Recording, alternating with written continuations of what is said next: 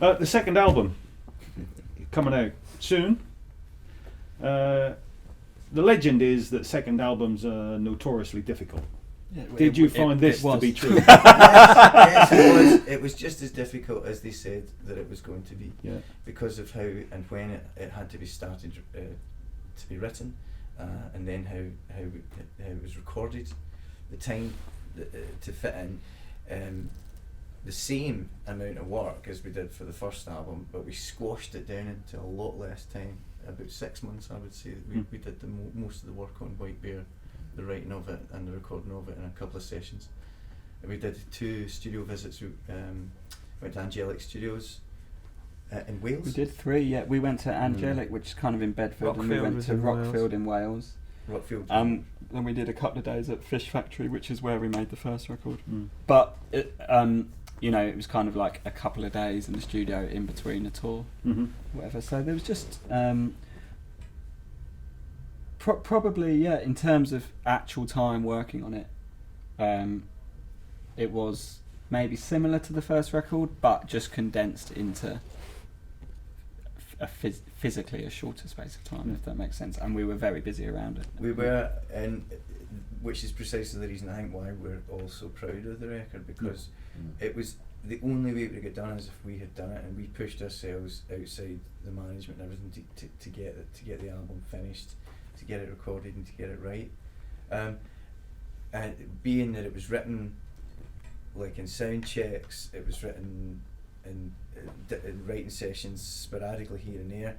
A lot of time we'd start recording and we wouldn't really know where we were going with the tune, and which was a change from the first record, which led to great things happening, like Lorraine, for example. Because the recorded journey of that, from being written to and started to where it ended up, was a fucking nightmare. It was an absolute nightmare. But when we arrived at the final version, it was a moment where suddenly we just felt like it had clicked into place. And there it was, where you know when something's not quite right, and we'd struggled with it, and there were so many different versions of it, and we'd been playing it live, and it was just wasn't quite working. And then it was in Angelic where it just we found where it needed to be. The other thing that happened quite a bit with this record is, as we worked on it more, we kind of started to get a sense of how it was going to sound as a record as a whole. And then stuff like Lorraine then started to fall into place, sort of sonically, because we knew by then what kind of record we were making. When we first started, we weren't quite sure, and we did a few different types of things, and then a couple of the earlier tracks that we recorded defined the sound of the album a bit more. And then once we kind of had that to hold on to, then it kind of all started coming together, because we knew what we were aiming at. We're a completely different band making the second record. I mean, I'd go as far as to say we weren't a band when we made the first record. It was a part-time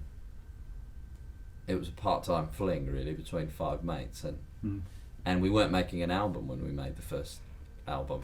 We just had 4 days recording time. Paul had just come back from a tour in Canada.